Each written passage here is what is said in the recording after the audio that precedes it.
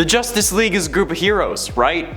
Wrong! Okay, well, you're actually right, but even heroes have their moments. Take literally any Earth where Lois Lane dies, for example. However, the entire Justice League has had their fair share of screw-ups, not only Superman, although he is on this list a couple times. Let's do it. In at 10, expose Batman. While this seems like something any version of Superman would do if they turned bad, it's actually interesting to see that only the Injustice version of Superman actually did it. Yes, after getting fed up of Batman leading the resistance against his totalitarian regime, because, you know, that's a bad thing, Bruce, Superman tells the whole world that Batman is really Bruce Wayne. How does he do this, you may ask? Like a press conference, or like a world message, or like a video?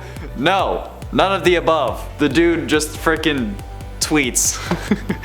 Superman, in just 4 simple words, tells the world that Batman is Bruce Wayne. Using those 4 words, actually, in that order. From the official Superman Twitter account, by the way. Dude doesn't even use his Clark Kent Twitter. Like, he's still hiding behind his identity, but he decides to out Bruce's. That's hypocrisy right there. But I guess that's all politicians. With over 2.5 million retweets and over 3.5 million favorites, this is certainly #1 on trending for sure. At least until Kim K posts a pic in like a sexy Batman costume, so that the whole Bruce is actually Batman thing moves to #2, and then the whole internet breaks again. And at 9, joining Reverse Flash. In Tales from the Dark Multiverse 1, Flashpoint, we see a world where Barry Allen died while attempting to get his speed back with Thomas Wayne in the Flashpoint timeline. This leads to Reverse Flash claiming to be the Flash and trying to end the war with the Atlanteans and Amazons by threatening them. Obviously, this doesn't work out because they're the goddamn Atlanteans and Amazons. So, in an effort to save himself, Reverse Flash races through time, changing events to create the world exactly how he wants it, which involves saving not only Bruce Wayne, but Martha and Thomas Wayne as well, resulting in a world without a Batman. Because, you know, Batman's gonna fight against Reverse Flash no matter what. So just getting rid of Batman, this is the smartest thing any villain has ever done, straight up. But on the final page of this issue, we see Eobard with all the new heroes he ended up creating and convincing them to join him, as we can see by the Reverse Flash symbols on their suits. Even Green Lanterns and Wonder Woman has one. This page also has a Superman and honestly, sick suit, but being controlled, or I guess led by the Reverse Flash, makes this utterly horrifying to think about, especially when you can see the other members of the Flash family racing behind Reverse Flash. Like, he finally got what he wanted. Eobard became the Flash, and now he has his own Justice League that serves his own purposes. This should have been higher. And at 8, put Atlantis in the desert. Superman has his dark moments in Injustice. This especially includes Injustice Gods Among Us #12, written by Tom Taylor with art from Mike Miller and Tom Denerick. Injustice Gods Among Us 12 shows readers Aquaman unleashing Atlantean armies on coastal cities around the globe as a way to show Superman that, you know, it's not gonna happen. Atlantis will not be taken. Superman, of course, takes this as a threat, because of course he does, and you know, Batman knew this would happen. But Aquaman, being Aquaman, refuses to back down, and Superman decides to teach him a lesson. But rather than actually like attacking and probably killing Aquaman, Superman enlists the help of Wonder Woman and the Green Lantern to literally lift Atlantis from the ocean and set it down in the middle of the Sahara Desert, as far from water as he could possibly get on Earth. Honestly, he might as well just put them in space, although that would just be like direct murder and everyone would have gotten mad at that. But like, honestly, I don't think Superman is above that. This guy is a frickin' monster. And it's 7, killing Green Arrow. Being as powerful as he is, it's important that Superman keeps a tight grip on his sanity and his powers, because, you know, a huge part of the reason that Clark trusts Bruce with shards of kryptonite is because he knows that he can end up being used as a weapon or just going crazy if Lois dies. In this case, he wants Batman to stop him using that kryptonite. However, when Superman goes too far, sometimes nobody's actually there to stop him. In Injustice Gods Among Us #11, the issue before Superman dropped Atlantis in the Sahara Desert, when the Green Arrow is trying to distract Superman, he fires an arrow at him that bounces off Superman because, you know, it's not a kryptonite arrow, but then it hits his father, Jonathan Kent, in the shoulder. It doesn't kill him. He's fine, he just got shot in the shoulder, but Superman gets so enraged at this that he flies at Green Arrow and immediately starts beating him to death in a furious rage. I mean, like, killing him would be one thing because he's Oliver Queen and he's like one of the sexiest men alive, but brutally beating him is something else entirely, especially with his mother yelling at him, begging for him to stop. Like, dude, listen to your mom, she knows best. Eat your vegetables. And at 6, Batman's backup plan. At this point, it's pretty well known that Bruce Wayne kept files and tools to destroy each of the members of the Justice League if it was necessary. Though Clark, like I said, wants Batman to have this ability since he fears himself if he ends up getting manipulated or whatnot, like literally every time Brainiac shows up. But the other Justice League members have not given Batman their information or like been like, yeah man, you can do that. In JLA, The Tower of Babel by Mark Waid and Howard Porter, Batman is shown to keep secret records of how to completely destroy each and every member of the Justice League. These records are then taken by Ra's al Ghul and used to decimate the League, proving an ultimate betrayal on the part of Bruce Wayne. Okay, I get it, like I understand the desire to be prepared since, you know, people in this universe seem to be turned by villains like Brainiac on a regular basis, but that's what Task Force X is for. That's why we have a whole game called Kill the Justice League. You don't need to have like a super secret, this is how you kill all of us hard drive that just begs for every single villain to try and steal it. Like, it's kind of stupid how you thought that was a good idea. All you need to do is have it in your brain. You're the world's greatest detective and you couldn't detect that that was a bad idea. Halfway through into number 5, Wonder Woman destroying the Justice League. When it comes to power and skill levels, Wonder Woman is arguably one of the strongest members of the Justice League. Characters like Superman and Martian Manhunter may have incredible power as aliens, and Superman especially may well just be the most powerful hero of all, but Wonder Woman is also basically a deity, at least being a god adjacent, because, you know, she's an Amazon. She's one of DC's most powerful heroes, if not their most powerful hero, especially if Kryptonite's around, and she has to keep her abilities and powers in check, much like how Spider-Man always has to pull his punches so he doesn't kill someone.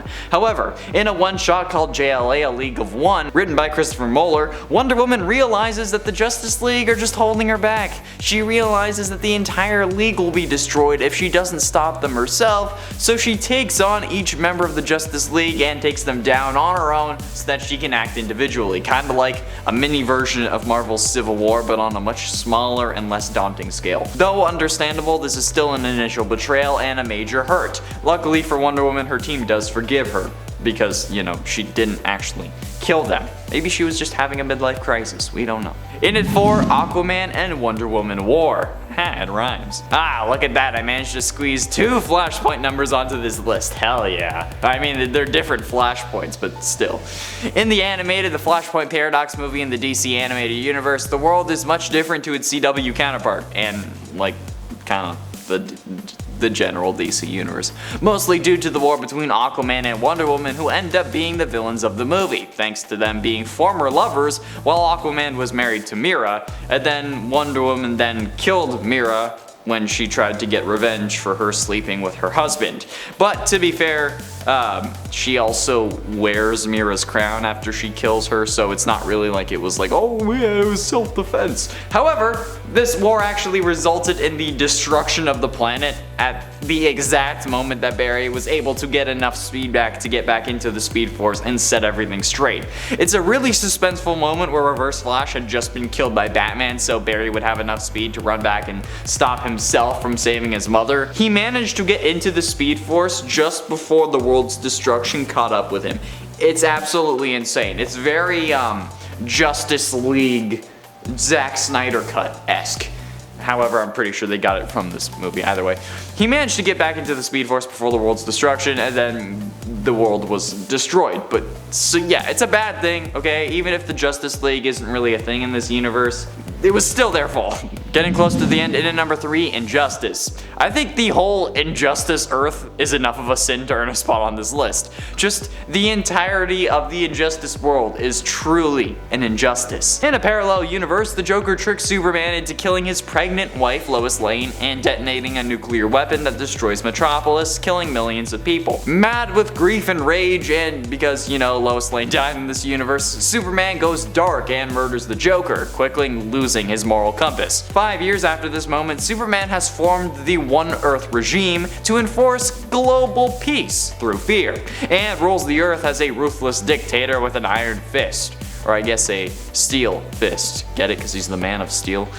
Anyway, alongside many other heroes and villains, he recruited or forced into joining him and killing any who oppose him. Batman ends up establishing the insurgency, which is actually supposed to oppose Superman's regime, and then that's why he exposes his identity. But then the ensuing war between the factions just leaves the Justice League disbanded. But either way, this is probably one of the darkest timelines. Penultimately, in at number 2, ruled the world. Usually when people talk about Superman ruling the world, they're talking about injustice. And while that is a great story and an example of what can go wrong with superheroes, the story of the King of the World is actually a good cautionary tale about Superman other than injustice. In the late 90s, this story features a series of prophecy-like dreams that make Superman realize that his regular MO of just flying around and waiting for disasters to happen isn't really working. And Kal-El decides to be a little more, proactive. In this case, that means building a series of spy satellites to survey Earth, helping Superman keep track of everything that's happening all at once, and then giving up his life as Clark Kent to work as Superman full time. Sleep deprived and losing his grip on humanity, Superman starts interfering more and more in Earth's affairs, toppling extremist governments and even changing the weather. When he realizes that he still can't be everywhere at once though, the Man of Steel deploys an army of Superman robots to help maintain law and order. Again, making him a benevolent dictator, only snapping out of it when he gets a kiss from Lois Lane. None of the Justice League really tries to stop him either, they just kind of accept it, which is surprising, especially for Batman. Although I find it funny how the Man of Steel deployed Men of Steel. And finally, in at number 1, getting Alfred killed. Look, after Bruce Wayne loses his parents, Thomas and Martha, he's a young boy, okay? The only person who can truly take care of Bruce is Alfred Pennyworth, the Wayne family butler. However, Alfred ends up becoming like a second father to Bruce, raising him to adulthood and caring for him throughout his entire life. He also cares for Bruce's children, as a grandfather, and sometimes even more of a father than Bruce to them. Alfred is incredibly important to Bruce, and probably the only family that the man truly has left. But in Injustice Year 5, number 23, Alfred is spending his birthday alone at Wayne Manor. Unbeknownst to him, Superman has sent the supervillain Victor Zsasz to interrogate him, an altercation which will ultimately result in Alfred's death.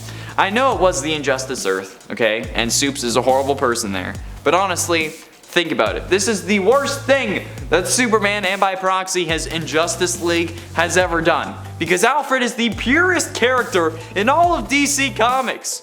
And in the moment that Alfred died, so did a piece of the DC universe. It doesn't matter if it was in one of infinite Earths and it was one of infinite Alfreds, none of them deserved this. And there we have it, friends, the top 10 most despicable things that the Justice League has ever done. What's your most brutal Justice League moment, and what did you expect to see on this list? Be sure you let me know down below. Thank you all so much for watching. I have been and shall remain Connor Monroe, and I'll see you in another video.